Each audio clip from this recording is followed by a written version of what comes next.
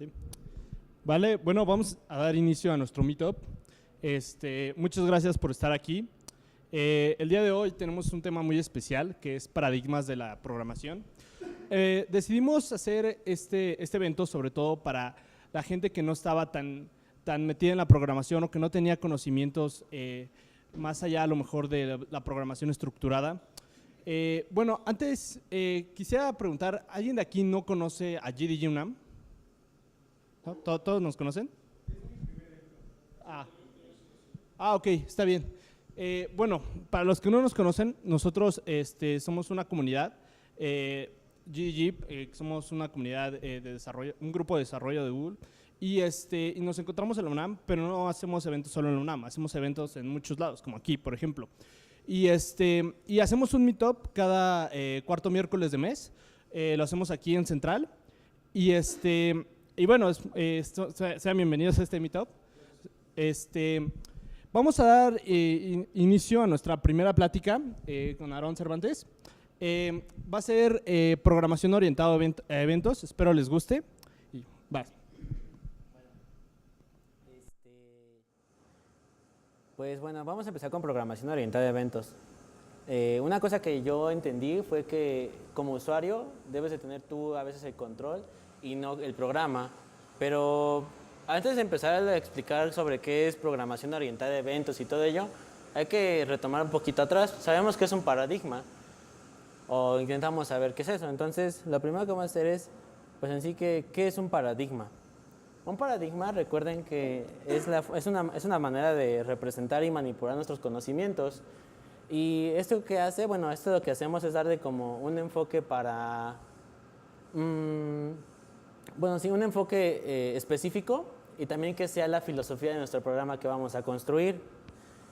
Existen muchos paradigmas. Vamos a platicar alguno de ellos aquí, pero está estructurado lineal, orientado a objetos, a eventos y funcional, etc. ¿Cuál es el mejor? Que es casi lo que, bueno, muchas veces nos preguntamos de, no, pues ¿cuál es el mejor? Quiero saber para aprenderlo y poder hacerlo. Pues no hay uno mejor. Todo depende a qué te dediques o lo que vayas a hacer. En este caso, eventos es uno de los fáciles, es algo que se puede hacer muy, muy sencillo, pero tampoco se basen en que tienen que aprender solamente un paradigma, vean más. Dependiendo también del programa que vayan a hacer, es como el paradigma que en sí les va a convenir mejor. Entonces, teniendo esa idea de un paradigma, después vamos a lo que es evento. ¿Qué es un evento? Bueno, creo que aquí todos alguna vez hemos desbloqueado un celular. Recuerdan cómo qué hace, ¿no? Recuerdan que tiene el botoncito y que pues, el botón lo que hace es prender la pantalla y pues ya al menos tú debes de meter un patrón o algo así.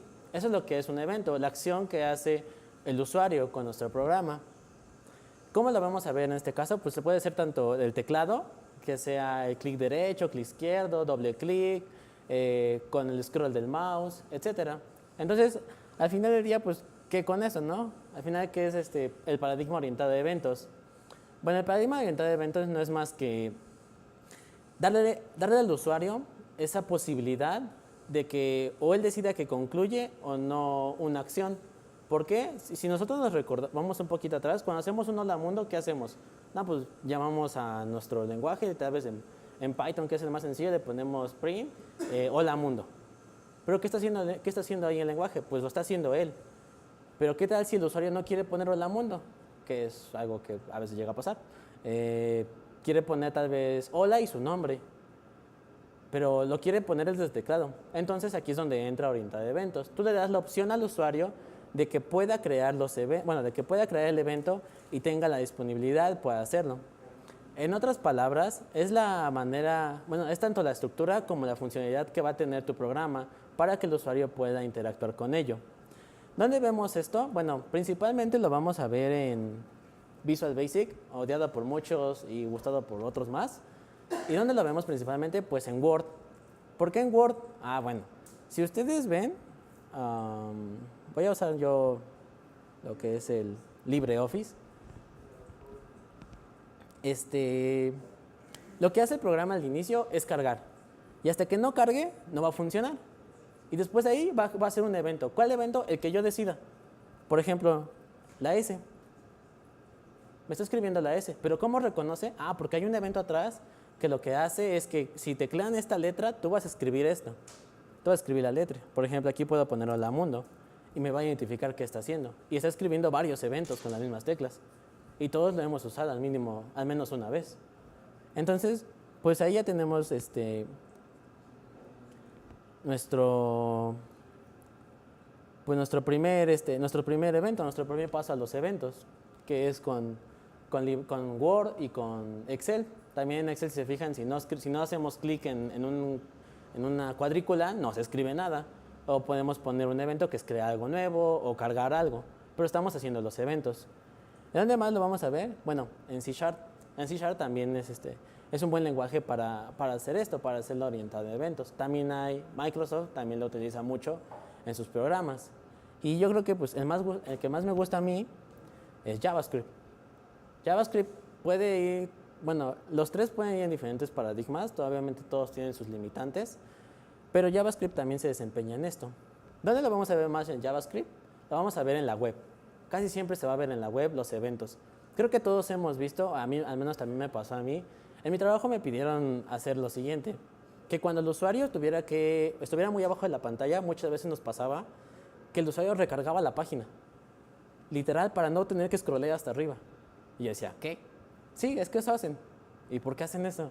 Ah, pues no sé, crea algo para que el usuario, su experiencia de usuario sea mejor. Yo dije, bueno, pues algo sencillo que a mí se me ocurrió fue crear este evento, que cuando llega un punto de scroll aparezca el botón subir. Entonces yo le doy subir y sube hasta arriba. Si yo me voy hasta abajo, se fijan cómo hace todo ese efecto y te aparece, ¿sabes qué? Ya no quiero volver a estar ahí, quiero buscar otra categoría. Vuelve a subir. Eso es un evento. ¿Por qué? ¿Qué estoy usando? Es muy sencillo. Si yo voy a las cosas que estoy usando, que es el scroll, se fijan, tengo una posición de -y. ¿Por qué -y? Porque lo que yo quiero es que el usuario suba hasta arriba. Si algunas veces llega a pasar, y eso al menos a mí me pasó, y lo tomé como experiencia, ya no lo quise implementar aquí, que llega a 0, pero tiene como llega, por ejemplo, hasta aquí el scroll. Y entonces pues, no estás llegando hasta arriba como uno quiere. Entonces es mejor meter en este punto. ¿Qué hice? Agregar un evento. ¿Qué evento? El de scroll. ¿Qué va a hacer? Mover el scroll. Aquí, sí, es aquí. Si nosotros aquí ponemos console log post.y y yo recargo mi paginita, si se fijan, cuando yo muevo el scroll, aquí,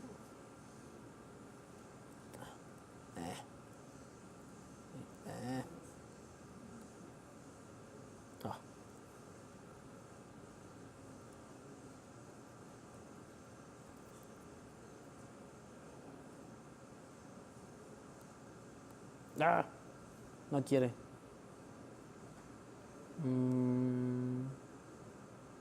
Aquí. Cuando yo muevo el scroll, ¿se fijan cómo va poniendo los números? Si quieren lo hago más grande para que lo puedan ver mejor. Se va viendo los números.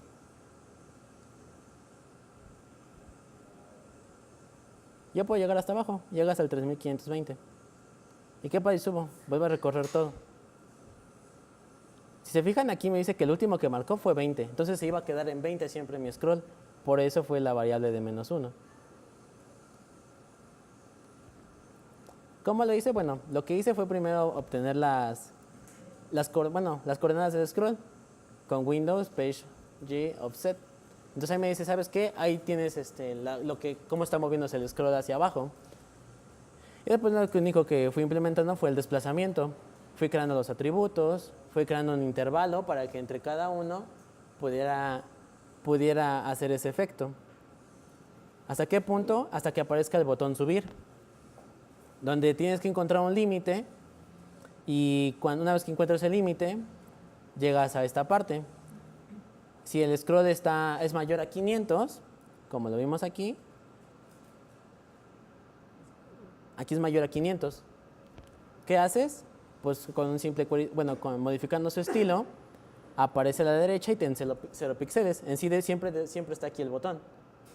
Y ya cuando están menos de los 500 píxeles, solamente desplaza otra vez a la derecha.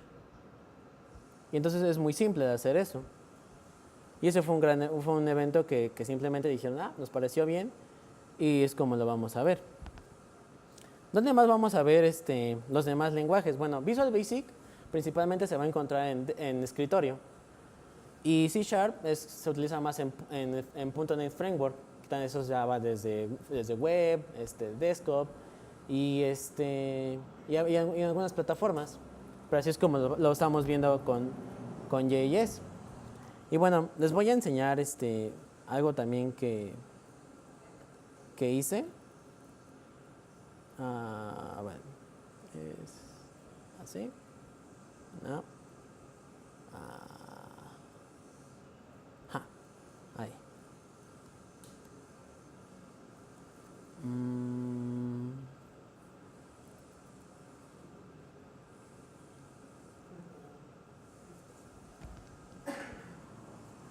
Uf, no se alcanza a ver bien. Bueno.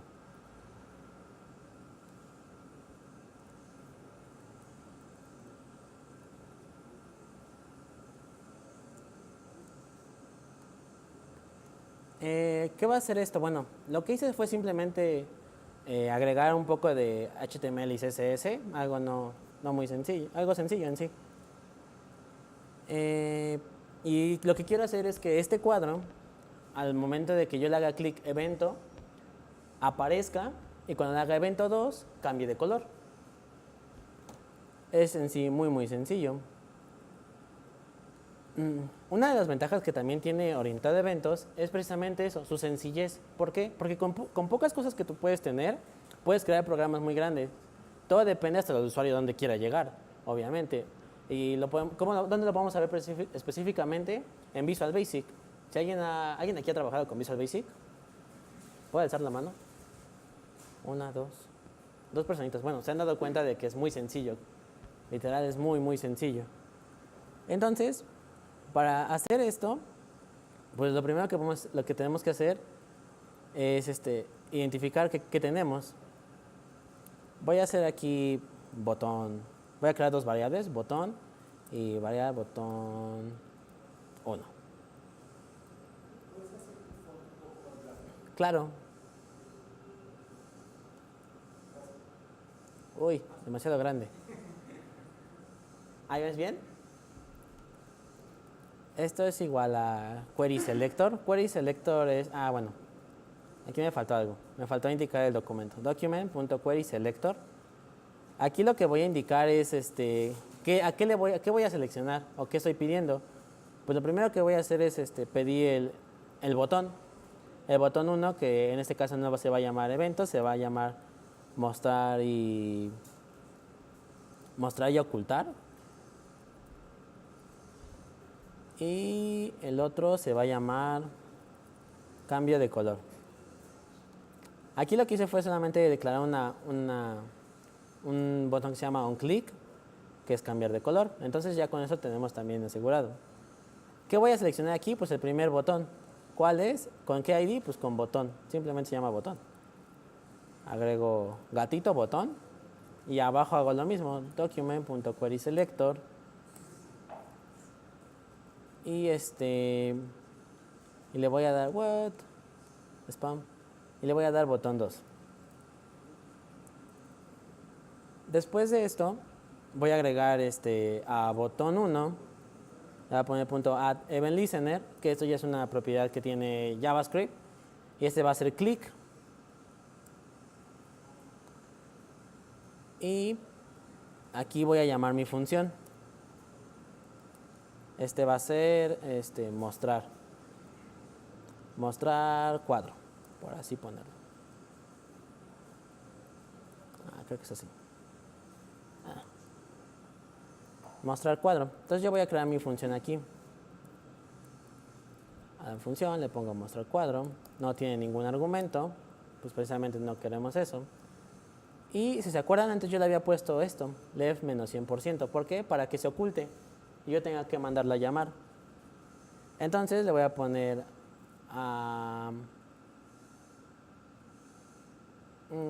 ok, aquí me faltó llamar a caja también. Var caja igual a document.querySelector, se llama caja 2. Caja 2, botón y botón 1. Ok. Entonces aquí lo que le voy a poner es que a caja.style,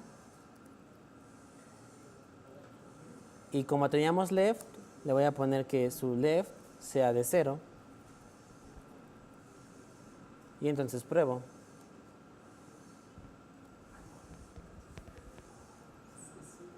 ¿Cuánto me tardé? Bueno, si se fijan, lo único que hice fue... Les voy a borrar tantito. Fueron 5 líneas de código para mostrarlo. Fue un evento muy, muy pequeñito.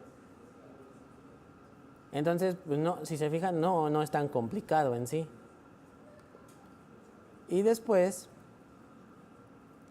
si yo quiero que aquí haya... Me falta solamente cambiar el color. No sé, vamos a escoger un color. Aquí tienen los colores. Vamos a escoger... No sé qué color quieren. ¿Les parece bien este color? ¿O este? Me gusta este color. Entonces nada más lo copio. Y le voy a poner aquí. Voy a crear otro event listener. Donde sea punto botón add event listener. Que este sea on click. Y la función, si se acuerdan cómo se llamaba la función, se llama cambiar color. Cambiar color. Y aquí le pongo function with name. Cambiar color sin ningún argumento. ¿Y qué voy a hacer? Bueno, pues que cuando igual a caja punto style background color, y se acuerdan que ya había copiado el color, pues lo pongo aquí. Entonces yo actualizo, le pongo mostrar y cuando le pongo a cambiar de color, ya cambié de color. ¿Pero qué me falta? Ahí se muestra, me falta ocultar. Ok, nos falta una cosa. ¿Qué voy a hacer? Bueno, voy a declarar una variable comodín y le voy a poner que esta sea false. Si esto es false, entonces aquí voy a agregar un pequeño if donde diga que comodín es igual a false. Cuando comodín sea false, haz la primera parte. Y a comodín igual a la true. Si no, como ya tengo esto, solamente copio y pego y copio esto. Y esto es igual a false. Y entonces yo muestro y oculto. ¿Qué hubiera pasado si yo no hubiera cambiado esto? Y lo dejo así. Cuando la variable sea diferente, ya no va a poder. Por eso precisamente es la variable comodín. Para que eso suceda. Igual se podría hacer lo mismo con el cambio de color. Uy, aquí me falta una R. Cambio de color. ¿Qué podríamos hacer? Lo mismo. Con la misma variable comodín, que cuando regrese, vuelve a su color estándar. ¿Y cuánto nos llevó? Pues muy poquito, sinceramente. Pero se fijaron cómo es esa simplicidad de crear eventos. Por eso el paradigma orientado de eventos va especialmente a las personas que van iniciando muchas veces. ¿Por qué? Porque es muy sencillo. No llevamos ni 10 minutos y ya estamos creando un efecto, un botón. ¿Dónde hemos visto eso? Pues en el ejemplo que les acabo de mostrar, que es el de subir. Con simplemente subir, tú vas moviendo un scroll. Entonces, pues ya, si tienen alguna duda, pues están mis redes sociales. Gracias.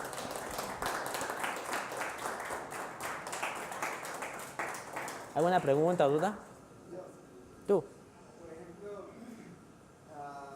Programación para videojuegos, se podría decir que es como de este paradigma orientado a eventos. Mm, ¿Cómo ves el control que se mueve el Va dependiendo. Muchas veces hay videojuegos que simplemente son para orientado objetos, no para eventos. Tú vas a agregar un evento, pero no significa que ya sea orientado a eventos. Sí, lo que haces es que, por ejemplo, muchas veces llega a pasar, creo que es Keymat o Keypad, que es como que identificador del teclado. Entonces con ello nada más vas identificando. Obviamente son eventos y a la asociación de eventos creo que se llama ay, se me olvidó la palabra, pero tiene una palabra específica cuando vas creando demasiados eventos. Pero sí, podría ser orientado a eventos, pero casi la mayoría lo utilizan para orientado a objetos. ¿Alguna otra pregunta? ¿No? Bueno.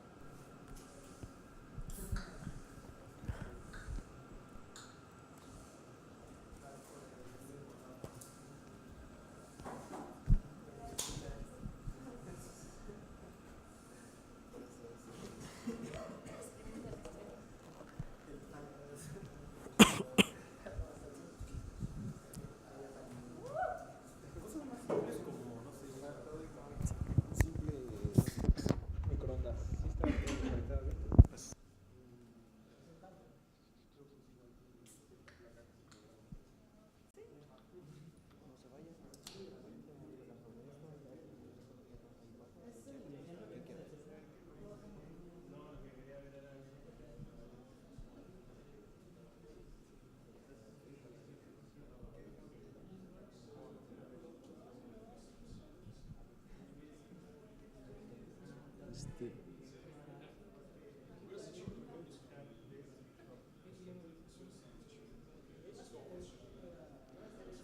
Bueno, en lo que se están preparando, les recordamos que allá atrás, les recordamos que allá atrás, hay bocadillos y eso. Les recordamos que allá atrás hay bocadillos, chelas y creo que ya no hay boings. Pero, no, sí hay jugos todavía, por si quieren ir antes de que comience la siguiente plática.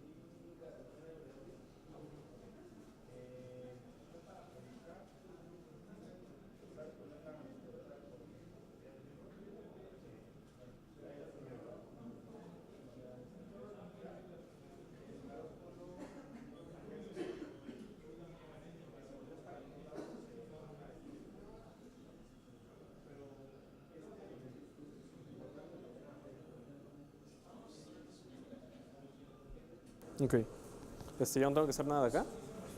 No tengo que hacer ya nada de acá. ¿Tengo que hacer nada de acá? Ah, ok. Y bueno, creo que ya estamos listos. Continuamos con la siguiente charla, que es programación orientada a objetos, con nuestro amigo Rafa Miranda. Hola. Bueno, no les quiero preguntar quién sabe qué es programación orientada a objetos, porque es la más común, entonces todos me van a decir que sí y ya no voy a tener que dar plática. Pero bueno. En general, la programación orientada a objetos, PO o OOP por siglas en inglés, que es como la van a encontrar en muchos blogs cuando estén googleando, es realmente programación que se basa en objetos. Pero vamos a pensar en qué es un objeto.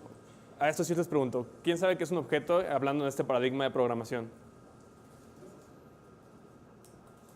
Bueno, Marco. ¿Conoces, no? Sí. ¿Cómo estás, güey? Bien, ¿y tú? Bueno, pues como tal, la programación orientada a objetos se maneja a veces por clases. ¿La puedes poner? Hola. Pero solo que es un objeto, no me quites la plática. Ah, perdón.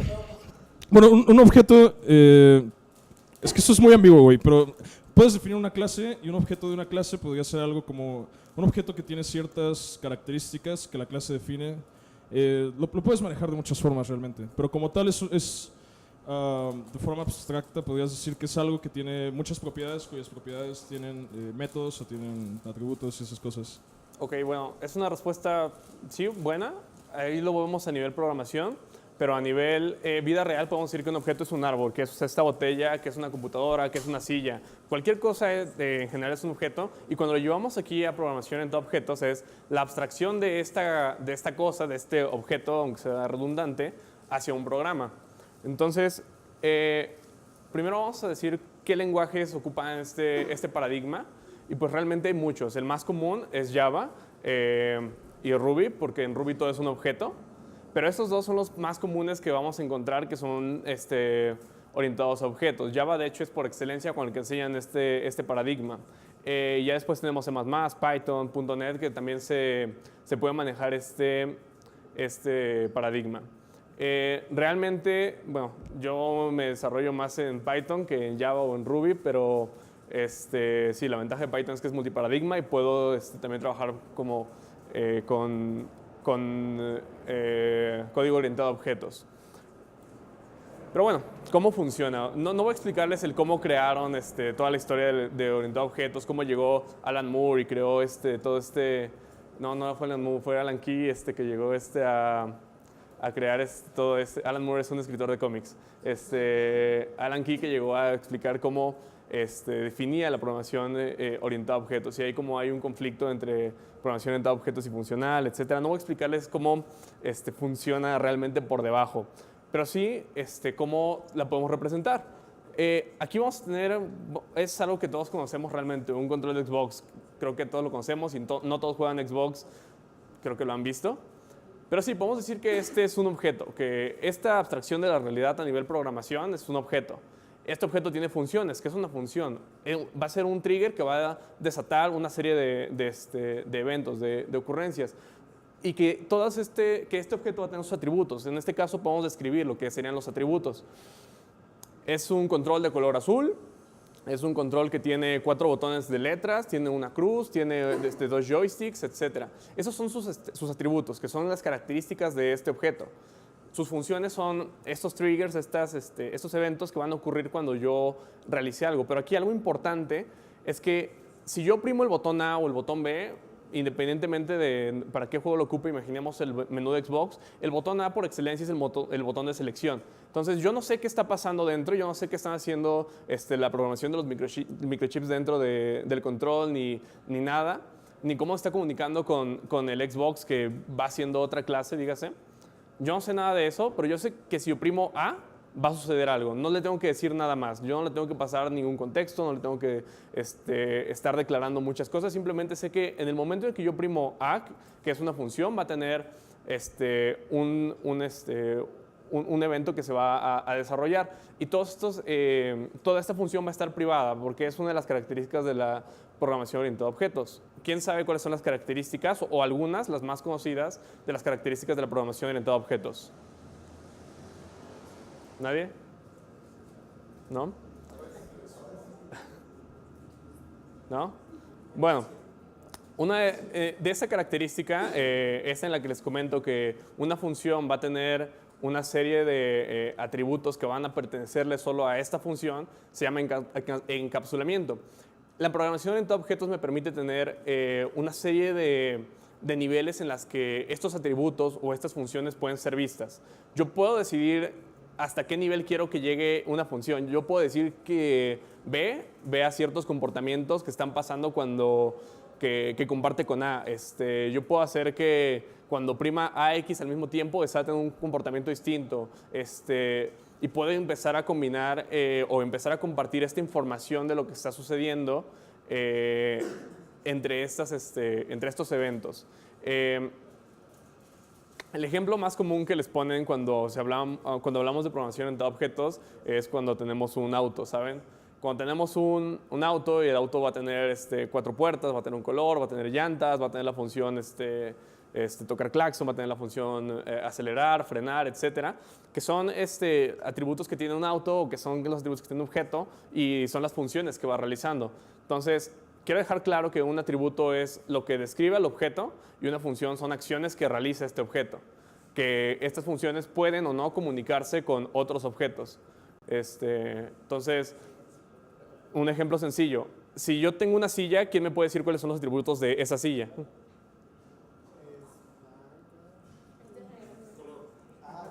Ajá, un atributo es el color. En este caso, el valor de color para esta silla, ¿cuál es? Es negro. ¿Qué otro atributo tiene? Tiene un número de patas. ¿Cuántas patas tiene esta silla? Tiene 4 patas. Entonces, tenemos estos 2 atributos. ¿Cuál podría ser una función de esta silla? No es sentarse. Soportar a alguien sentado. Pero entonces, tenemos 2 sillas distintas. Tenemos una silla blanca y una silla negra. Entonces, podemos decir que estas 2 sillas no son iguales. Estamos muy seguros de que no son iguales por el color que tiene cada una. Pero podemos decir que las 2 son sillas. Entonces, ahí llegamos a otro término de la programación orientada a objetos, que son las clases.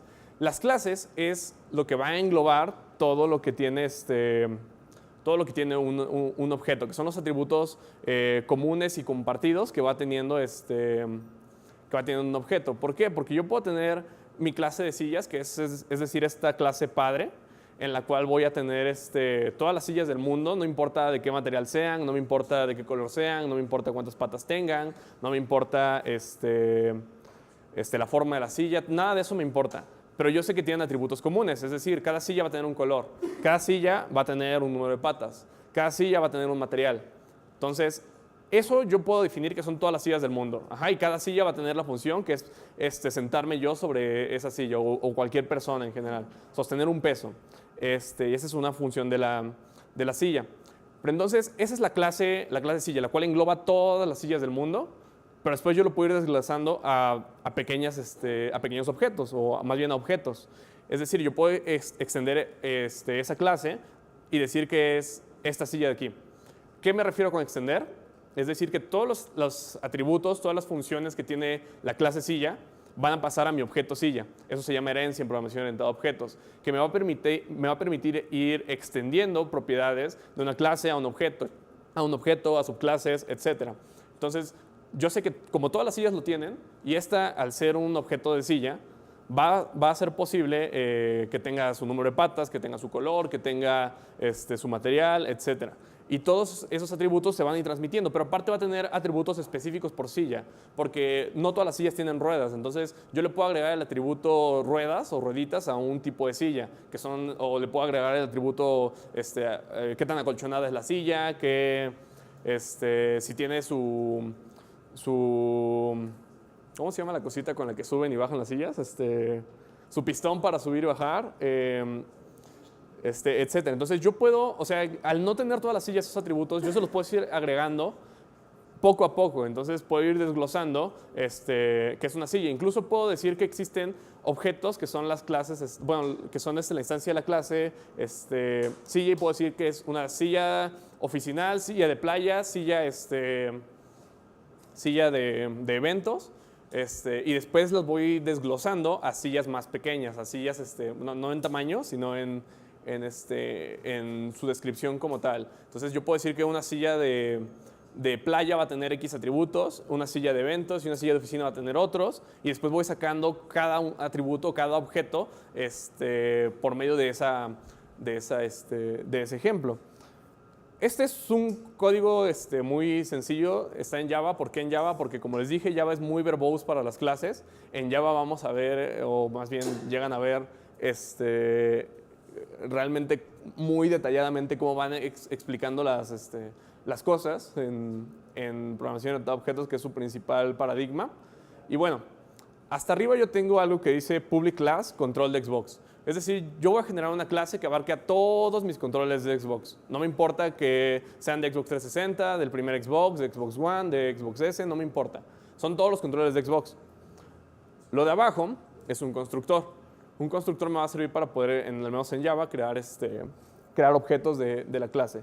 ¿Qué hace ese constructor? Va a tomar un parámetro, que le estoy diciendo que es un parámetro de tipo string. A eso me refiero con que Java es muy verbose, tienes que decirle el tipo de variable y demás, que se llama color. En este caso yo quiero que cuando me crees un nuevo control de Xbox, solo me digas qué color es, porque usualmente es lo que más cambia en esos colores. Tal vez también le agreguemos modelo, etcétera, pero eso es lo que me interesa ahorita. Y después quiero que, o sea, cuando se crea este objeto, me va a imprimir qué color es. Lo de abajo es cómo estoy yo creando un objeto. Tengo mi método void, que me funciona en Java para empezar nuevas sentencias, y después voy a generar de la clase control de Xbox un nuevo control que se llama control azul, que es un objeto al cual yo estoy creando por medio de mi constructor que se llama control de Xbox. No les puedo aquí señalar con la flechita, y le estoy diciendo que va a ser azul, o que el parámetro que le estoy pasando es azul. Yo sé que el parámetro que me pide es el color, y por eso le paso azul y listo, me muestra, me va a terminar imprimiendo mi color es azul para el objeto control azul. Puedo crear control azul 1, control azul 2, control azul 3, control verde y poner el parámetro verde. Entonces voy teniendo una colección de objetos que comparten las mismas propiedades que tiene un control de Xbox, que pueden ser, tiene los que hablamos al principio, que tiene botones, que tiene los gatillos, que tiene X y Y cosas. Pero yo le voy agregando un atributo que es usualmente el variable, que es el color, que es el modelo para el Xbox que fue creado, que es que son, bueno, principalmente lo que lo va a constituir, es la identidad de este objeto. Esto es como un diagrama un poquito más detallado de todo esto que les dije de programación orientada a objetos. Tengo al final de cuentas mi clase padre, que en este caso estoy llamando una clase que se llama control de consolas. Aquí abarcan todos los controles, control de Wii, control de PlayStation, control de Xbox, control de lo que sea. No me importa de qué sean, solo sé que son controles de consolas. Estos controles van a tener una serie de atributos, van a tener la posibilidad de comunicarse con la consola, van a poder ser, vuelvo lo mismo, de un color, van a tener una consola en específico, van a tener joysticks o no, van a tener un botón de seleccionar, otros no, etc. Una flechita, bueno, una cruz de control o no, etc. Cada control va a tener una clase de atributo. Después yo estoy delimitando ya un poco más esta clase, la estoy pasando a control de Xbox, ya no me está importando aquí, bueno, no es una clase, es un objeto, que es el objeto control de Xbox. Y de este objeto no me interesa si va a ser ya no me interesan los controles de Play, ya no me interesan los controles de Nintendo, ya no me interesa nada más que los de Xbox. Pero bueno, dentro de los controles de Xbox hay varios, en este caso debía haberle puesto control de Xbox One, o algo por el estilo, porque de ahí desgloso a otros dos objetos, el objeto control de Xbox One y el control de Xbox One Pro, que son dos controles de la misma consola, pero que tienen diferentes atributos. Es decir, el control de Xbox One tiene los atributos que fue heredando por medio de control de consolas, control de Xbox, y llegaron al control de Xbox One, mientras que el control de Xbox One Pro tiene los mismos atributos, pero aparte tiene controles editables, tiene más botones de dirección, etc. Entonces yo puedo ir pasándoles todos estos atributos, que son básicamente los métodos de clase que se ven hasta arriba, a mis demás, mis objetos, mis hijos básicamente, que son los que van saliendo por medio de una clase padre.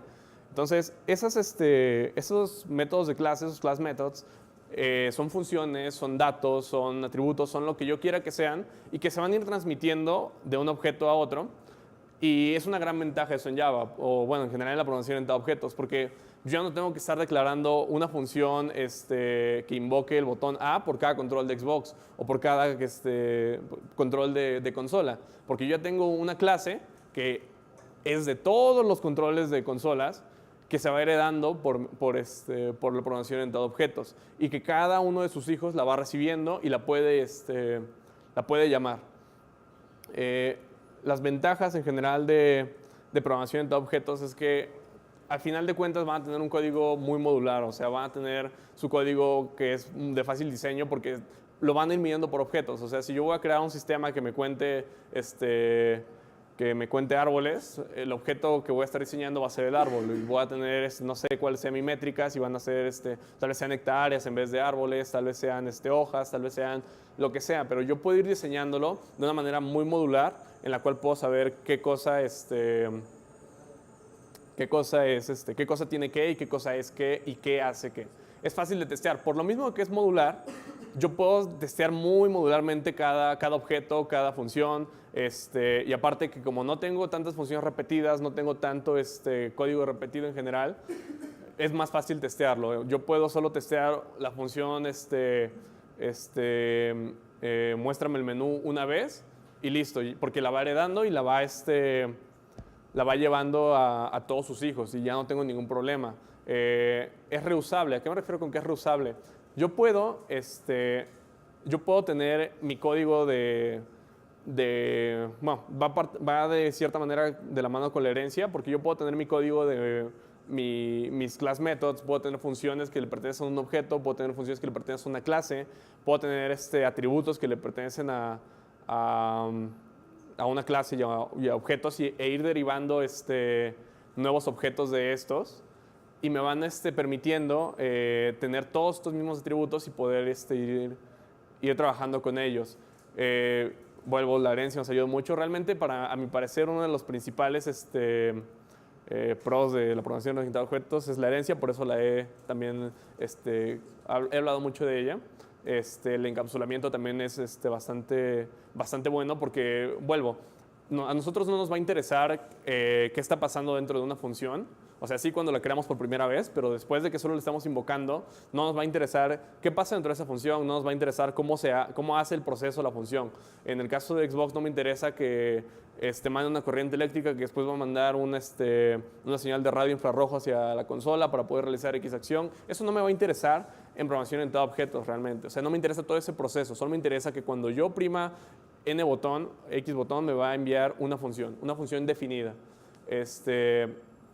Y que esa función va a depender tal vez de otras cosas o no, porque por eso la estoy encapsulando, porque el encapsulamiento me va a permitir también tener mis funciones, mis variables, mis objetos, todo en un entorno que están, dígase, protegidos, una especie de burbuja.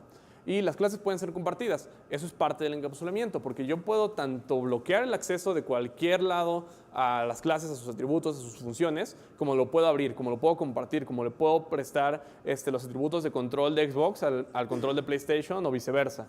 Entonces yo puedo hacer todo esto que me permite compartir, encapsular o no encapsular dentro de la programación orientada a objetos. Esos son a grandes rasgos en general de qué se trata, cómo funciona un poquito, la jerarquía que va teniendo. Y pues sí, de mi parte en general es todo. Los quiero invitar a un evento, punto y aparte de POM.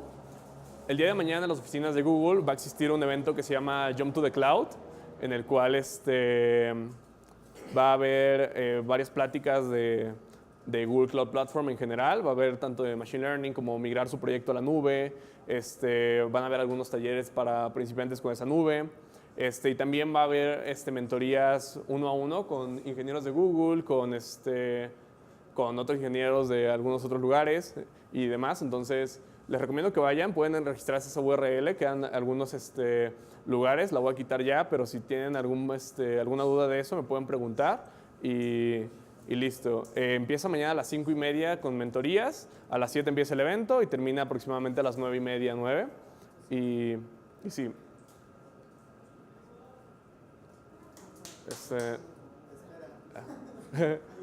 Bueno, ya pueden aplaudir así. No sé si tengan alguna duda en general antes de que me quite el micrófono. ¿No? Va, entonces también están mis redes sociales, tanto GitHub como Twitter. Un follow no me cae mal. Y ya, gracias.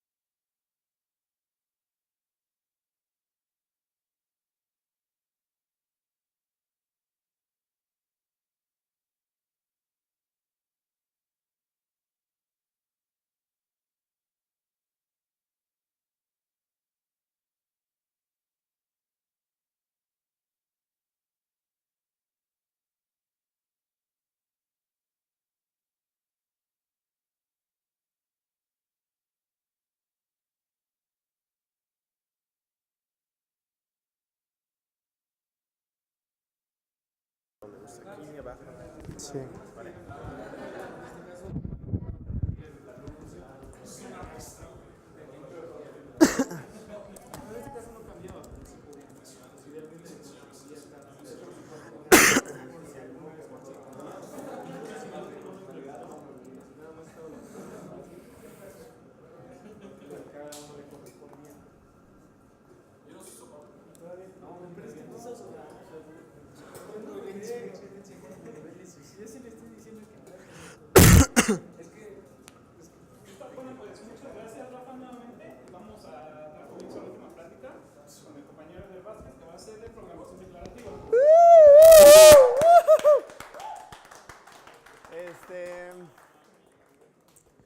Ya,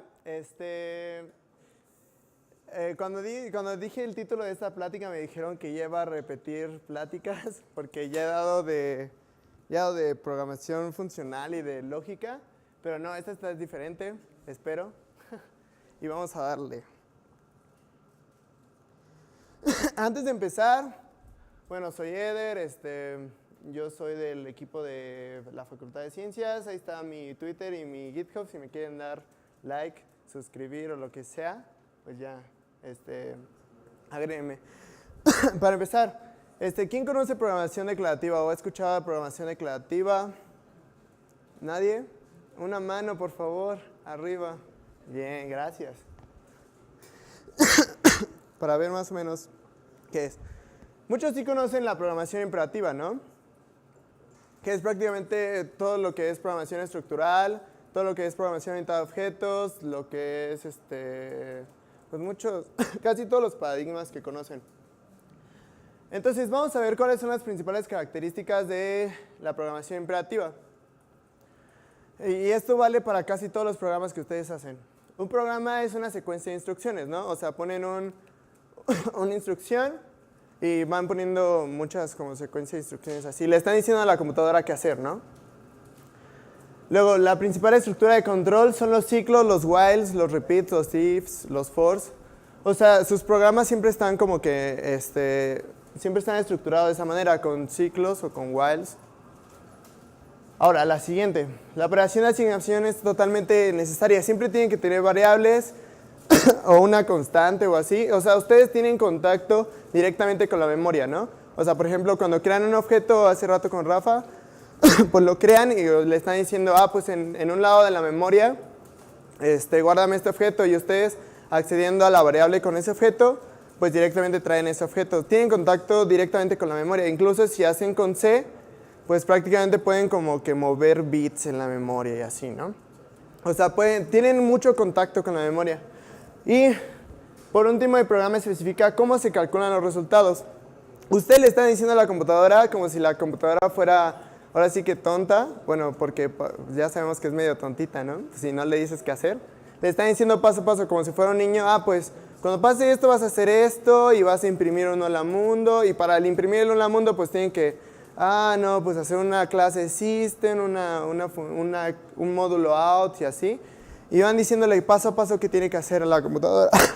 Esta es la programación imperativa, que es casi todo lo que ustedes conocen. Ahora vamos a ver un poco de la programación declarativa, que aquí es donde viene lo más chido. Un programa es una sucesión de definiciones, ya no es una sucesión de instrucciones. Ahora sí que en un programa de programación declarativa no le tienen que decir qué hacer, sino le van a hacer una serie de definiciones. Por ejemplo, van a definir una función, van a definir un tipo de dato, van a definir, no sé, una relación, una preposición y así. No exactamente van a como que a hacer instrucciones, así de decirle a la computadora qué hacer. Ahora, mediante un conjunto de condiciones, proposiciones, afirmaciones, restricciones, ecuaciones o transformaciones es lo que van a trabajar. Simplemente con eso, no van a trabajar con whiles, no van a trabajar con fors, y así puede que suene medio raro, pero con recursión todo se resuelve con recursión. Entonces, ustedes en las definiciones pueden poner un conjunto de condiciones, de proposiciones, afirmaciones, bla, bla, bla, bla. Entonces, en una definición, por ejemplo, bueno, al rato vamos a ver un ejemplo para que les dé una idea. Ahora, un usuario especifica qué se debe calcular, o sea, qué propiedades qué propiedades debe cumplir el resultado a calcular. Por ejemplo, ya que ustedes hicieron un programa, ya nada más ustedes en un intérprete, por ejemplo, van a decir, pues quiero que me des el resultado que haga de esto. Y solamente van a hacer eso, no tienen como decir una serie de pasos. No tienen que hacer una serie de pasos como en los programas de programación imperativa. Puede que sea un poco raro ahorita, pero ahorita van a ver cómo se hace, porque de hecho al final se necesita un poco de programación imperativa porque en sí la computadora es imperativa, le tienen que decir qué hacer. Entonces eso como que ya lo hace el compilador y ya deja como que a los que hacen los que escribimos los programas, pues que sea más fácil, y ya los que hacen el compilador se pelean ahí todos en qué hacer. Y en programación declarativa no existen los ciclos ni operaciones de asignación. ¿Qué quiere decir? Que, bueno, los ciclos ya les dije que se puede resolver con recursividad. Bueno, no vamos a ver ahorita aquí recursividad, pero investiguenla, está chido. Y operación de asignación. En programación declarativa no tienen contacto directo con la memoria. O sea, por ejemplo, no crean una variable, o solamente se pueden crear como variables locales, pero se eliminan y ya no sirven para otra cosa. Solamente son locales en una función, por ejemplo. Cuando crean una función y reciben un parámetro, pues el nombre de ese parámetro es una variable local. Por ejemplo, es como lo parecido a lo que existe acá. Pero no tienen contacto directo con la memoria, no pueden mover bits. Bueno, sí se podría, pero ya sería como más programación imperativa en un lenguaje de programación declarativa y pues está medio raro. Ajá.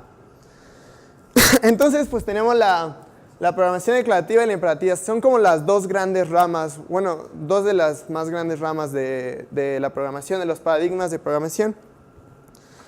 Entonces, es realmente un qué contra cómo. O sea, por ejemplo, un qué nada más están diciendo qué quiero yo.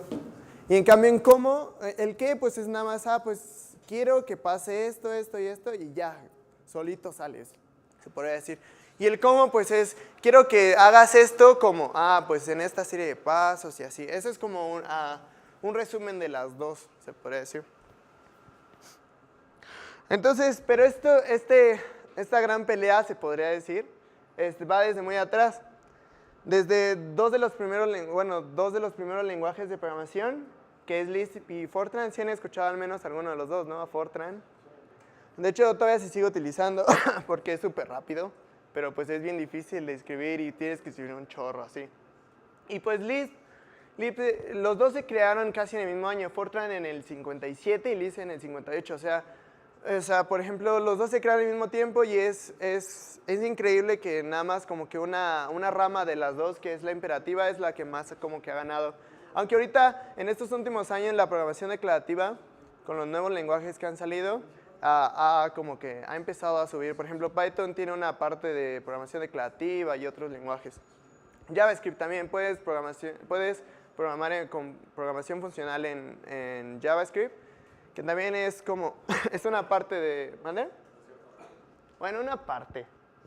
Y pues ya, esos son dos de los grandes lenguajes. Pero incluso va mucho más atrás, que va con dos teorías, que son dos modelos de cómputo que tienen muchos años, de 1900, por ejemplo, el cálculo lambda tiene 1930 más o menos, y la máquina de Turing tiene 1936, 35, que una fue creada por Alonzo Church y una fue creada por Turing. No me voy a meter tanto en historia, pero por ejemplo el cálculo lambda es casi como si ustedes escribieran así matemáticas, y así, y en cambio la máquina de Turing es más como una serie de pasos, que es en sí como las dos grandes ramas. De hecho, muchos lenguajes de programación funcional se basan en el cálculo lambda. Incluso, no sé si han escuchado lambdas en Python o en JavaScript, o en Java, incluso ya en Java ya hay lambdas.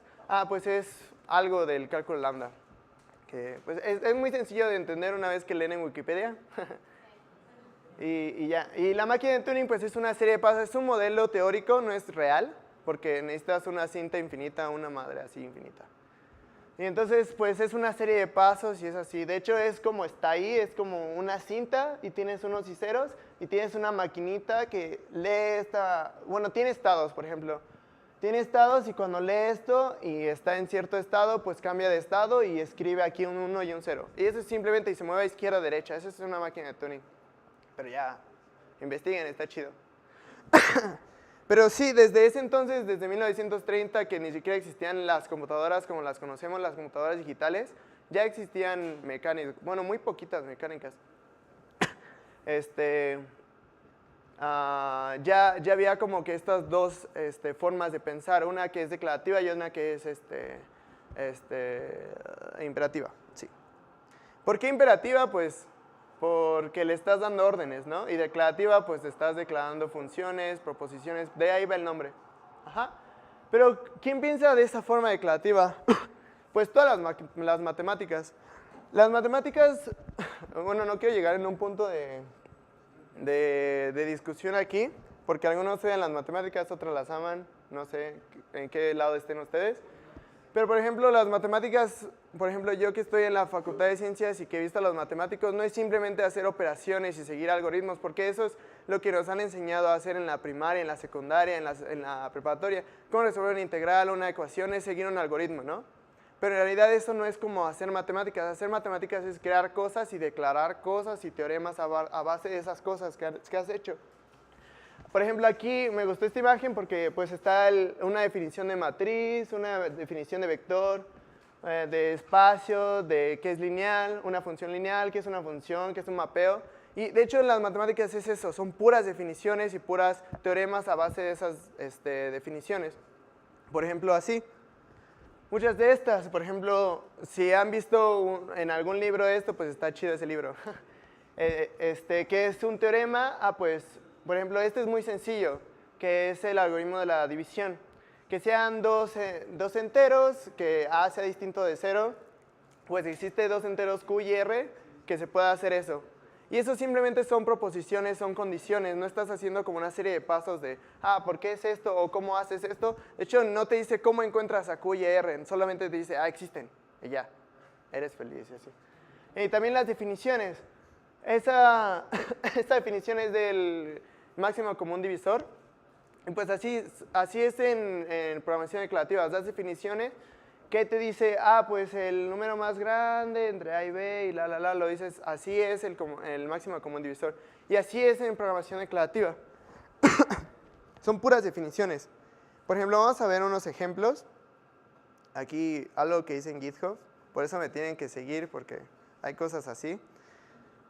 Por ejemplo, este es en Haskell. Haskell es uno de los... es de programación funcional y la programación funcional es parte de la programación declarativa.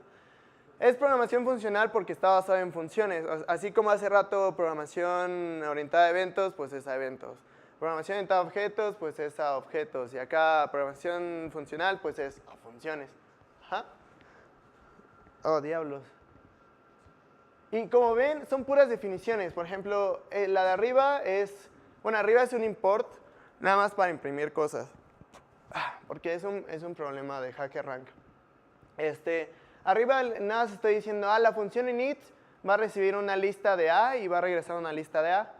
Y pues ya nada más dar las condiciones de que va a cumplir la función init. Abajo para la lista tail, para la función tail, para la función head, la last. Y si se dan cuenta, de hecho este código se ve bonito así, pues son puras definiciones de funciones, no hay líneas de sentencias.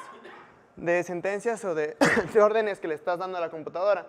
De hecho, para poder imprimir, ahí sí tienes que utilizar un poco de programación imperativa que está hasta acá abajito, que es esto, es el main. A fuerzas, por ejemplo, la vida real no es declarativa, la verdad. De hecho, la declarativa vive aquí adentro, vive de las abstracciones que nosotros hacemos. Por ejemplo, lo que decía Rafa de las sillas y esto. Una abstracción vive como en nuestro cerebro o incluso en la computadora, se podría decir.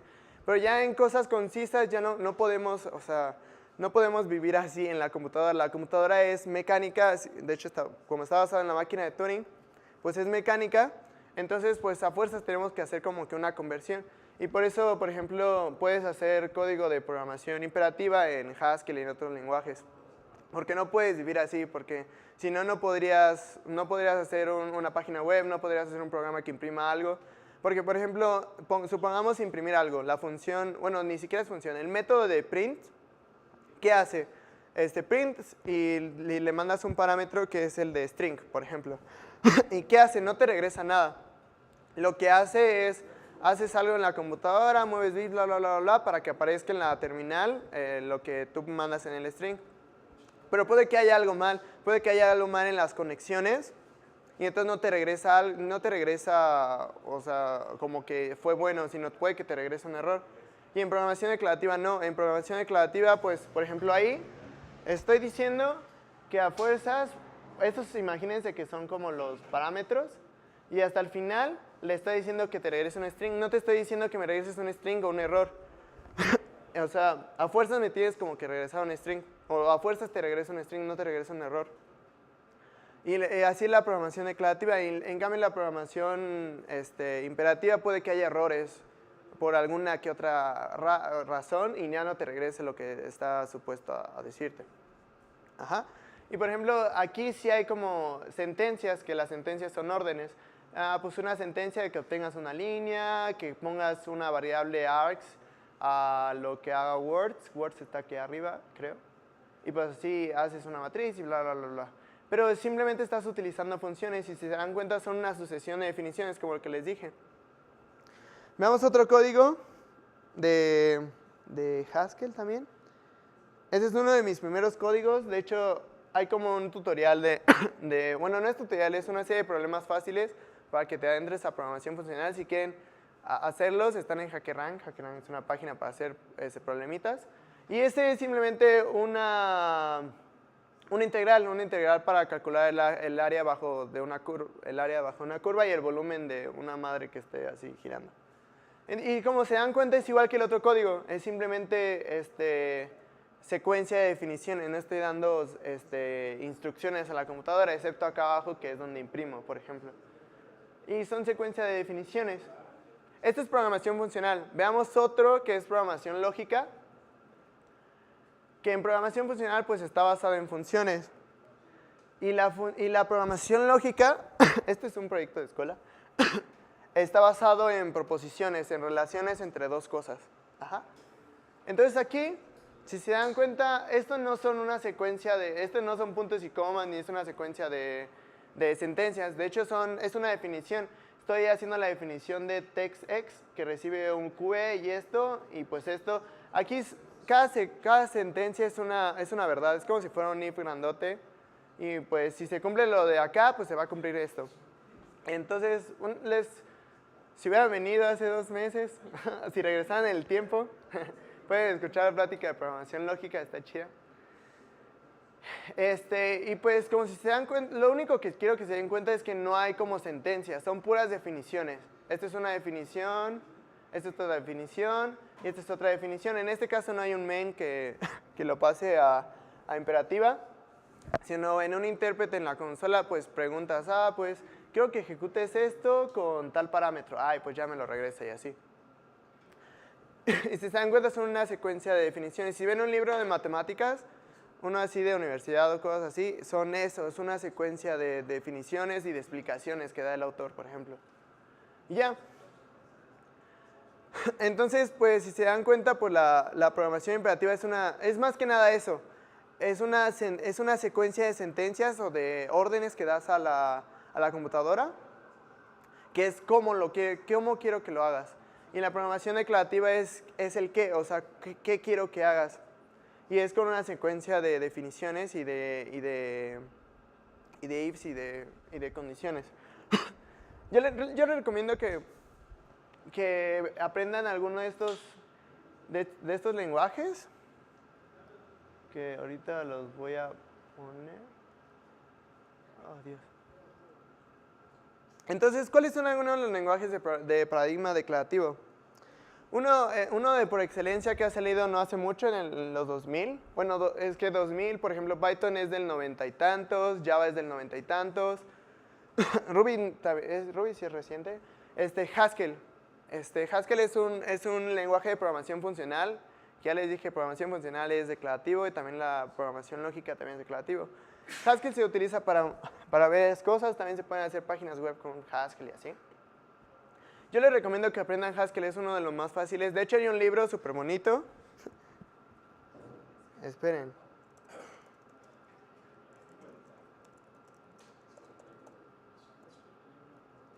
Es Es un libro y es una página que te enseña Haskell. Está súper bonito porque tiene dibujitos. Por Dios.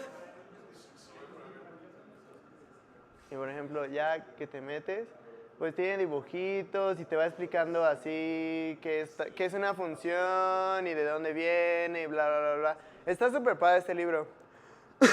Y de hecho es para principiantes, para que aprendan Haskell y está muy padre. Y sí, como dice el título, pues por el bien de todos, porque sí se dan una idea totalmente distinta. De hecho, pensar en declarativo es totalmente distinto a pensar en imperativo y resuelven problemas que en imperativo se tardan un chorro y que en declarativo es así de rápido. De hecho, declarativo está hecho no es tanto para la computadora. Por ejemplo, Fortran está hecho para hacer procesos rapidísimos, así, hacer cálculos así a madres de rápido.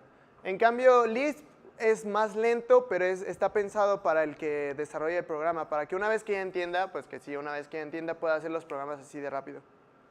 Ajá. Entonces está Haskell. Oh no, ya los spoileé. Prolog es de programación lógica. De hecho, Prolog se utiliza mucho para inteligencia artificial. Por ejemplo, no sé si han escuchado de... ¿Cómo se llama la madre esta de IBM, que es inteligencia artificial? Watson, ajá. Watson, una parte de Watson, de hecho, mucha parte de Watson que está de inteligencia artificial está en Prolog. Y de hecho, Prolog es mucho para inteligencia artificial, para este tipo de cosas. O sea, la gente cool lo hace. Otro es OCaml. OCaml es mitad programación, mitad objetos, mitad imperativo, mitad funcional. Está como revuelto de todo. Por ejemplo, Python pues también tiene cierta parte de programación funcional y así. Por ejemplo, Prolog está en Camel, que es una forma de OCaml. De hecho, es el padre de OCaml. Está que es Coq, que cuando me enteré de él, dije, what the fuck, ¿qué es esto? Coq es un lenguaje que es programación funcional y programación lógica. Pero no solo es eso. En Coq puedes demostrar teoremas de matemáticas y te puedo asegurar que lo que tú escribas ahí, como siga los pasos y que una vez que ya lo demostraste te dice Coq, está chido, es totalmente verdadero. O sea, no es como que en la escuela, pues como que estás haciendo tarea y demuestra esta cosa. Ok, ya lo haces y dices, pues a ver si está bien y a ver si la maestra me entiende. Acá no, acá es, si Coq te entiende, entonces todo el mundo te puede entender. Ajá.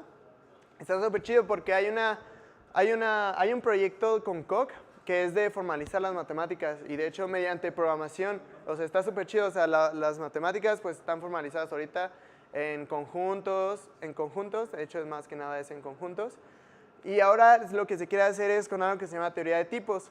La teoría de tipos viene derivado de los tipos como string y así, se podría decir que ese es un tipo, y está derivado, y quieren hacer una formalización de las matemáticas mediante tipos, y está chido porque está mezclado la computación, la programación, junto con esto, junto con las matemáticas. Está súper chido. Y otro es Erlang. Erlang también es medio conocido. Erlang es muy poderoso, e incluso hay muchos que dicen que Erlang por sí solo es un sistema operativo y que esto y que lo otro. Es mediante también pasos de mensajes y así. Y de hecho Erlang fue creado en Ericsson, que es la compañía de telefonía así de Estados Unidos en los 80s, algo así. 70s. Ajá. De hecho ya tiene muchos años. Y pues fue hecho para satisfacer sus problemas de comunicaciones y que tener tanta gente comunicándose y poder resolver eso. O sea, es increíble ese lenguaje que haciendo eso sea tolerable a fallos y que sea muy bueno ese lenguaje. Y otro que es también Elixir. Elixir es un derivado de Erlang, nada más que es como Erlang con Ruby. O sea, para que sea acá más bonito, porque Erlang tiene una documentación medio fea y Ruby pues es una nueva iniciativa para que más gente conozca programación funcional y una parte de Erlang. Y está bonito. Pueden buscar. Entonces es Haskell, Prolog, OCaml, Coq, Erlang. Como ya les dije, hay híbridos como que quieren utilizar cosas buenas de programación funcional como Python, como Java, por ejemplo, o sea, con Java está muy cabrón hacer programación funcional, pero tiene lambdas, que es como la base. En Java 8, ajá. En Java 8 nada más, que tiene lambdas y pues lambdas es la base de programación funcional. Y también, pues JavaScript, muchos hacen cursos. De hecho, leí un libro que era La magia de programación funcional y estaba en JavaScript y yo así de, what the fuck, ¿por qué no lo hacen en otro más bonito y así? Y no le estoy tirando mierda a JavaScript, perdón. Simplemente hay otro lenguaje para explicar esto mejor. Y ya. Gracias por su... Gracias.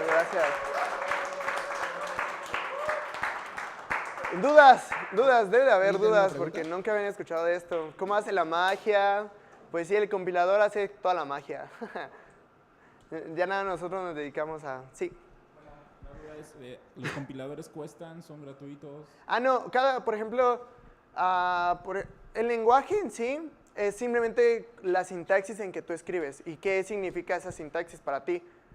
Ya después el compilador es agarrar el lenguaje que tú escribiste, por ejemplo, en Java. Hace rato estaba escribiendo, por ejemplo, Java o allá, no sé. Y escriben, por ejemplo, en Sublime o en lo que sea. Escriben Java. Una clase.java. Y ese es el lenguaje en sí. El compilador es agarrar ese lenguaje y transformarlo a lenguaje máquina para que la máquina lo comprenda.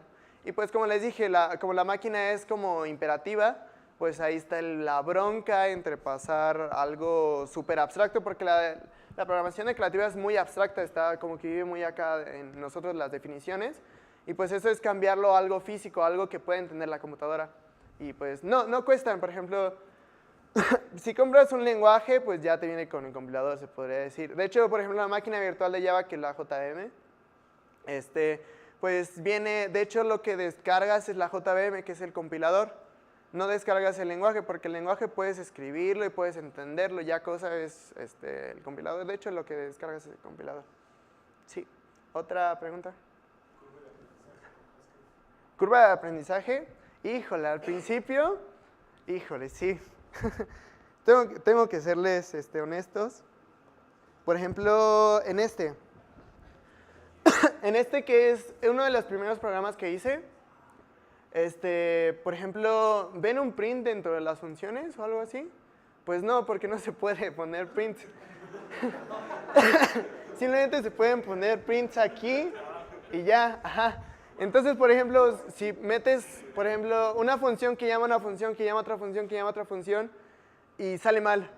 Entonces, pues ahí dices, puta madre, ahora, ¿en dónde está el error? O sea, sí está medio fácil porque son muy poquitas, esa es una de las ventajas, que como son definiciones así, son definiciones y no igual, si no hay sentencias, son muy cortitas las definiciones. Entonces, pues es fácil, por ejemplo, pues al principio pues siempre estás acostumbrado a poner prints a lo loco y ver dónde está el error, ¿no? En este caso, pues tienes que probar, por ejemplo, pues metí esta aquí, mira, aquí pides, lines, get contents, no. Sí, perdón. No recuerdo. Map, read word, solve. Solve, aquí. Aquí, esta es la función que manda a llamar, de que está allá arriba. Ajá. Entonces, pues ya sé que solve manda estos parámetros. Entonces tengo que mandar los parámetros allá y pues verificar que sale mal. Y si no está ahí lo que sale mal, pues verificar lo que llama solve, que solve manda a llamar getArea y getVolume. Entonces pides una de estas dos y checas los parámetros y pues ahí vas checando. No es tanto como un print que, pues aquí, ¿cómo va la variable aquí? Pues no puedes. O sea, eso es una de las cosas que me costó mucho trabajo al principio, pero después te vas acostumbrando. Por ejemplo, te vas acostumbrando a que cuando te cambias a imperativo, pues haces las funciones más pequeñas, no haces un chorro de sentencias a lo loco y así. ¿Vale? Por eso imperativo. A que te pasas a Java y que pones muchas sentencias y así. Sí, al principio sí te das un chorro de topes, porque no hay whiles, no hay fors y así. Pero una vez que ya captas y que dices, no hay whiles, no hay fors, no puedo imprimir, ¿qué puedo hacer? Entonces ya te checas, y dices, pues puedo hacerlo de esta forma y así. Sí, o sea, al principio sí te das un tope y es como como les dije, son de las dos grandes ramas. Por ejemplo, pasar de hace rato de eventos a programación orientada a objetos, pues dices, pues es medio fácil, o bueno, más o menos fácil, ¿no? Porque son como del mismo imperativo, ¿no? Pero si te cambias de declarativo a imperativo, que son las dos grandes ramas, es, what the fuck están pensando aquí y así. Sí, puede que sea difícil, pero créanme que como programadores les abre un mundo, se les open mind, y sí piensan de forma diferente a resolver los problemas. ¿Otra pregunta? Sí, ¿qué pasa? No sé si podrías hacer como un ejemplo de un hola mundo en ese tipo de declarativa, en algún lenguaje en el que te sientas más cómodo. ¿Mandé? En el lenguaje que te sientas más cómodo. Me agarraste en curva. Es que más que nada, me agarró en curva, porque ahorita sí les puedo hacer cualquier cosa de programación, bueno. Wow, todavía no acabo. Por ejemplo, podríamos hacer cualquier ejemplo de aquí para arriba. Pero esto no me acuerdo porque hace mucho que no tomo eso porque sí está medio asquito. Bueno, no me gusta. Pero por ejemplo, un hola mundo es simplemente, ¿dónde estás? Aquí no está el print. Pero por aquí pones un print. Sí, aquí está. Simplemente es aquí un print y esto, pero en realidad ese no es el chiste porque ahí estás haciendo una sentencia y le estás ordenando a la computadora que haga un print, o sea, no es como que eso es el chiste. Sí. Miren, por ejemplo, podríamos ver un ejemplo acá más declarativo. Aquí, por ejemplo, este. Esto es en Haskell. No, esto es en Cálculo Lambda. Puta madre. No lo tengo en Haskell, pero es muy parecido. Por ejemplo, una suma. ¿Cómo es una suma? Bueno, antes para la suma tienes que definir los naturales. Los naturales están aquí. Sí, los naturales. Defines un tipo natural, por ejemplo. Que, por ejemplo, el 0 es un natural. Y eso en Haskell lo pones... Lo voy a escribir yo.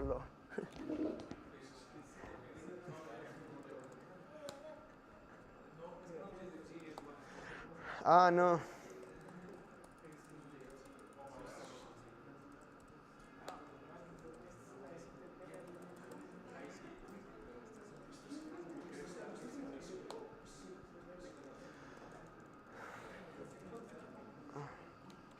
¿Ahí ven bien o le subo más?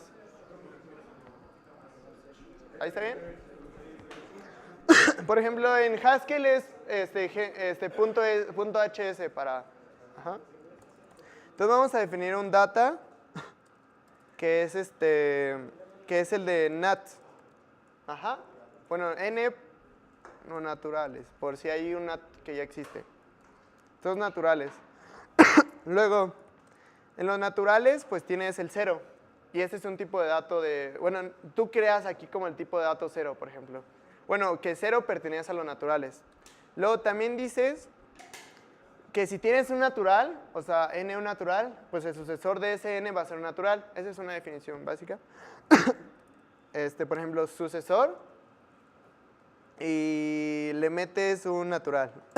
Bueno, natural, le voy a cambiar a natural. Ajá. Entonces, ¿qué es un natural? Es un 0 y es el sucesor de un natural. Esto no existe en Haskell, lo estoy creando como que ahorita, este tipo de tipo de dato. Ajá.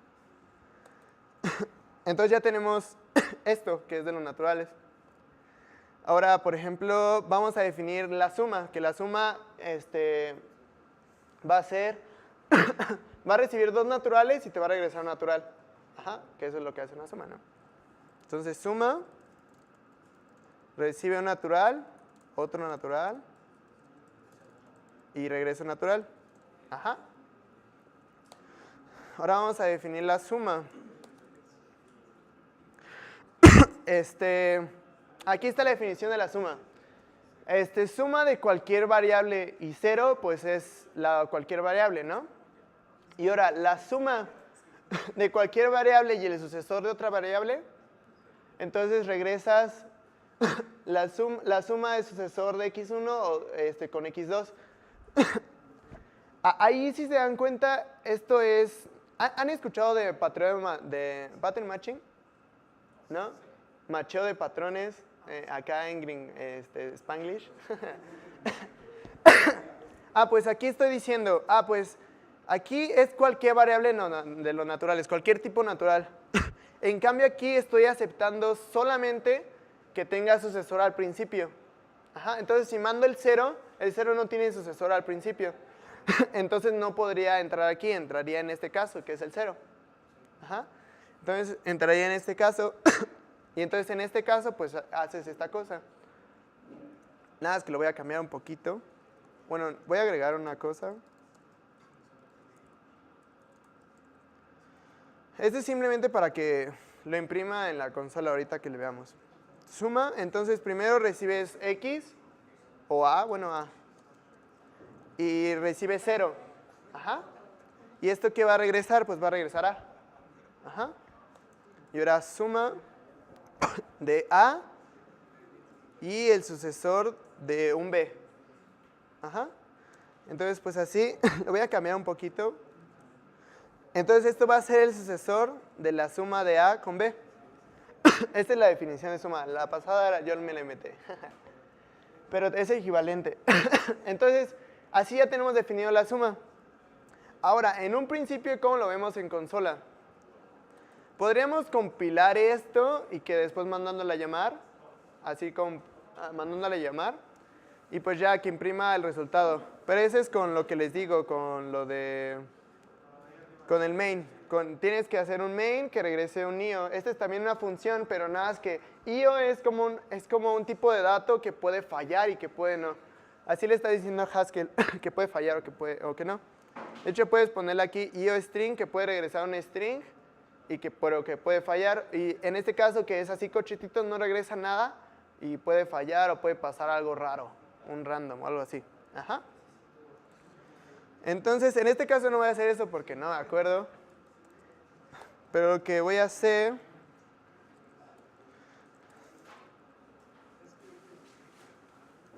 ¿Ahí ven? Sí, ¿verdad? Voy a correr el intérprete de Haskell.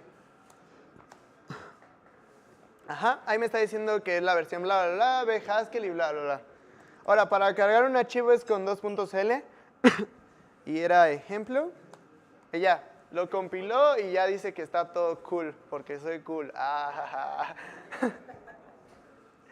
Y entonces, por ejemplo, si le digo, ¿qué tipo es 0? Pues 0 es un natural.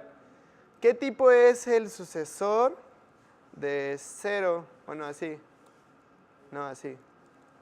Pues sucesor de 0 es un natural, que en este caso es el 1. Entonces vamos a hacer la suma. Por ejemplo, también puedes preguntar qué tipo es suma. Pues suma es algo que recibe un natural, otro natural y regresa un natural. Y pues ya haces la suma, por ejemplo, de 1.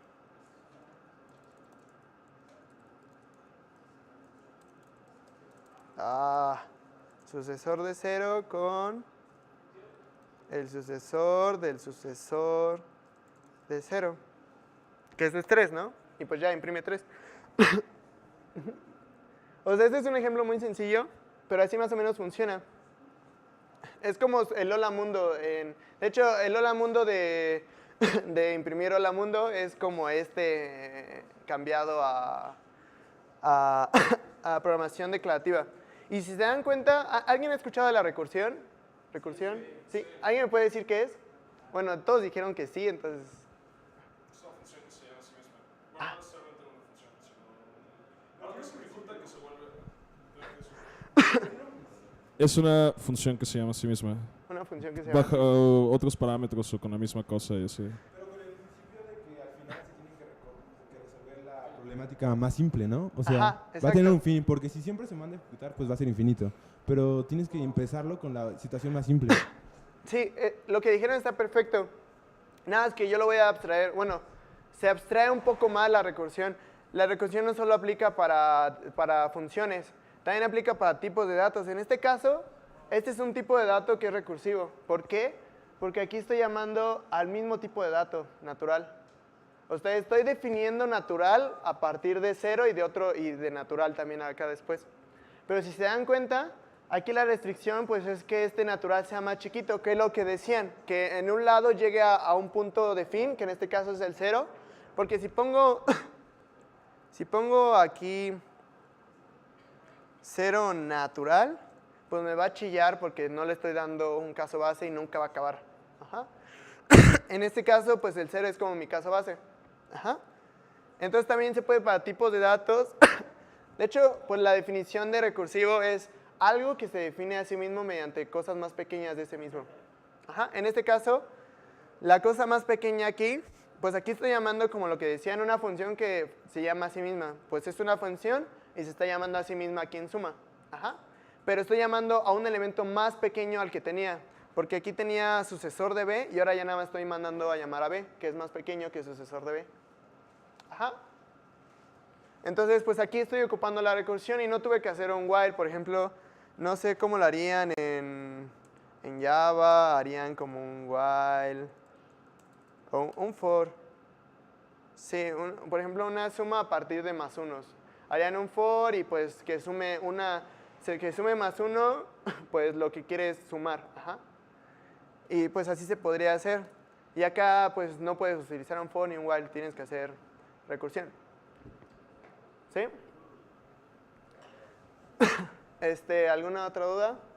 Nada más para terminar, perdón, nada más para terminar. Eso está chido porque está muy pegado a matemáticas y pues ya saben que las matemáticas pues es cosas que se tienen que demostrar y que son verdades, se podría decir, ¿no? Entonces, pues, demostrar que funciona es mucho más sencillo que hacer un código con un for. O hacer una función con sentencias y decir que funciona. En cambio aquí, pues, es mucho más sencillo demostrar que funciona la suma a que funcione en otros lenguajes o otro tipo de cosas. Es mucho más sencillo y puedes así asegurar que tu código está bien sin poner prints y así. Ajá. Y ya. ¿Alguien más tiene otra pregunta? Porque tenemos una pregunta más en el streaming que dice Guillermo Ballesteros. ¿Qué aplicaciones tiene? O sea, en el ámbito profesional. ¿En qué ámbitos laborales se puede usar la programación funcional? ¿En qué ámbitos laborales? La verdad se utiliza mucho para investigación. No es tanto como utilizar... De hecho, no hay muchas aplicaciones que digas así exitosas. Por ejemplo, Watson. En sí, Watson, pues puede que tenga algo de, no sé, un lenguaje imperativo para llamar así, cuando tú le preguntas y así. Pero en sí el core... ¿Vale? ¿Cuál? BuzzFeed. Sí. Por ejemplo, hay varias, puedes hacer, por ejemplo, páginas web que se han hecho en Haskell, que hay un framework para hacer páginas web en Haskell. hay muchas cosas. Últimamente se ha puesto muy de moda Elixir. Y pues está bien por un lado porque así llama a las personas a que conozcan programación declarativa. Y entonces hay muchas cosas que se están empezando a hacer en Elixir. Y en Erlang pues hay un soporte de todo lo que es Ericsson. Muchas cosas de Ericsson están hechas en Erlang. O sea, no es tanto como lo que nosotros conocemos, sino como el core de cosas que... Bueno, ahora sí que es como que las personas que hacen que funcione ciertas cosas y no las conoces. Ajá. Sí, pregunta. Sí, perdón, no te preocupes. ¿Algunos videos o algo así que recomiendes de Haskell? Digo, porque está el libro ese, pero yo casi no me gusta leer así. No he aprendido nada leyendo de esas cosas. Sí. Cuando yo empecé con programación funcional, que es con lo que empecé, luego ya en la escuela aprendí programación lógica. Bueno, pueden entrar a la escuela, meterse de oyentes a la UNAM. Pues es un curso, ¿no? Meterse de oyentes a la UNAM, a un curso de lógica computacional, y ahí se ve programación lógica. Y un poco de programación funcional. Pero ahora ya en la comunidad de sus casas, hay en EDX, ¿conocen EDX?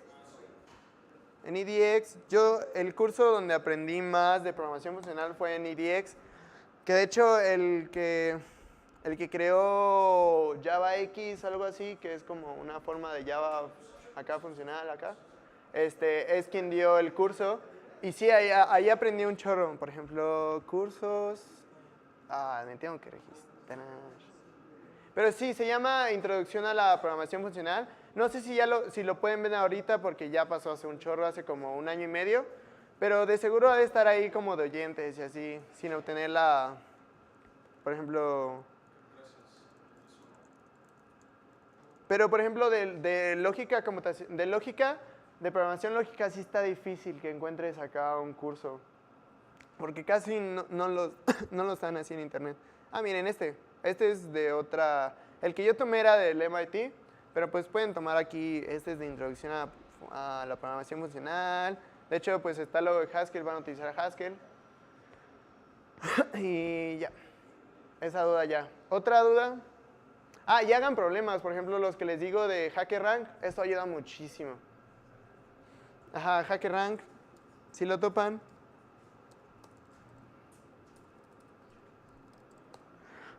Está súper chido porque no sé si han hecho problemas de algoritmo y así. Pues es esto. Por ejemplo, me tengo que loguear. Creo que con GitHub estoy logueado.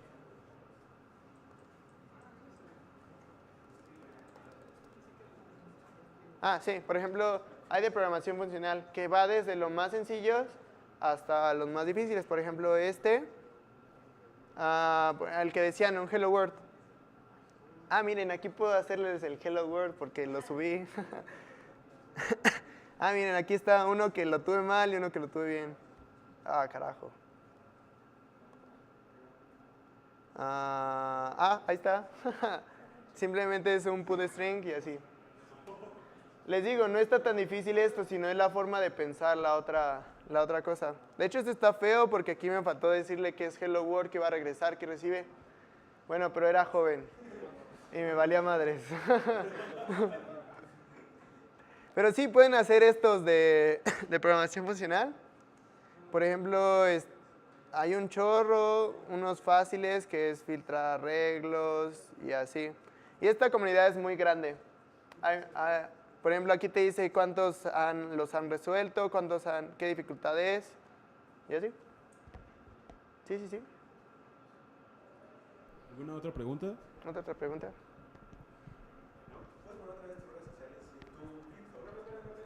Sí. ¿Puedes poner esa URL en el grupo? Sí. Ahí están. Es CederBS, B chica S. En mi Twitter publico cosas de Game of Thrones y de la escuela. Luego publicaré.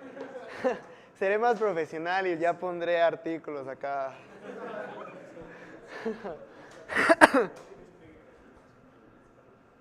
¿Alguna otra duda? ¿Para comer pizza? Sí, ya para pasar a lo importante. ¿No? Qué buena onda, pues muchas gracias a Eder por tomarse su tiempo. Un fuerte aplauso, por favor.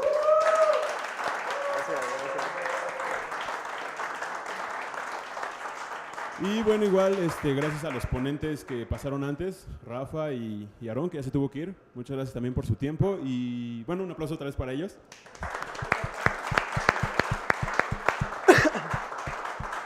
De igual manera, muchas gracias a ustedes por tomarse su tiempo y venirse a dar la vuelta a hablar sobre tecnología, paradigmas de programación. Ustedes son los que hacen más grande esa comunidad, poco a poco ha ido creciendo cada vez más. No sé de aquí quién es de CEU. ¿Alguien viene de CEU? De Aragón. ¿De Aragón? ¿Quién viene de Aragón? Digo, ok, los demás. Está súper cool. Estamos haciendo cada vez más y más eventos. Estamos creciendo. Ahorita ya tenemos personas en ciencias que están dando cursos como Eder y su equipo de GDG UNAM. También tenemos personas en ingeniería que también ya están abriendo cursos. De hecho, ya se dio uno de Android. Y para los que no son como del ámbito estudiantil, también vamos a empezar a abrir cursos aquí. Una persona que trabaja ya en Android, que ya tiene como 4 o 5 años de experiencia, va a dar también un workshop aquí en Central. Es completamente gratis. Todas nuestras actividades son gratis. Y también vamos ya a empezar a subir contenido a YouTube. En nuestra plataforma, búsquenos en YouTube como GDG UNAM. También en Instagram, en Facebook, en Twitter y hasta en Google+, que por ahí sigue existiendo. Entonces, por favor. Hi-Fi, lo tuvimos que cerrar, es que la gente se ponía loca. MySpace. Ahí vamos a estar subiendo todo nuestro contenido, estamos tratando de crear cada vez más cosas, también estamos trabajando en proyectos. Entonces nos siguen ahí, sin problemas subimos todos los cursos. De igual manera, vamos a tener al final de este año, me parece que posiblemente estamos todavía cerrando el venue, pero hay posibilidades de que sea en Google, un hackathon. Digo, es estudiantil, pero igual, si ustedes alguna vez fueron estudiantes, si fueron a eso que se llama universidad o preparatoria, son bienvenidos. Va a ser un hackathon, esperamos que sea como para 120 personas, completamente gratis y va a haber comida y todo, va a estar muy bueno. Entonces eso va a ser como por la primera semana de diciembre, estamos trabajando en ello. Igual asistan a nuestro próximo meetup, igual es el tercer miércoles de cada mes, asistan para que igual, no es el cuarto miércoles de cada mes se va, aquí en Central. Ya tenemos la charla, nada más que ese meetup le toca a GDG a ingeniería, entonces ¿te acuerdas de qué era el tema?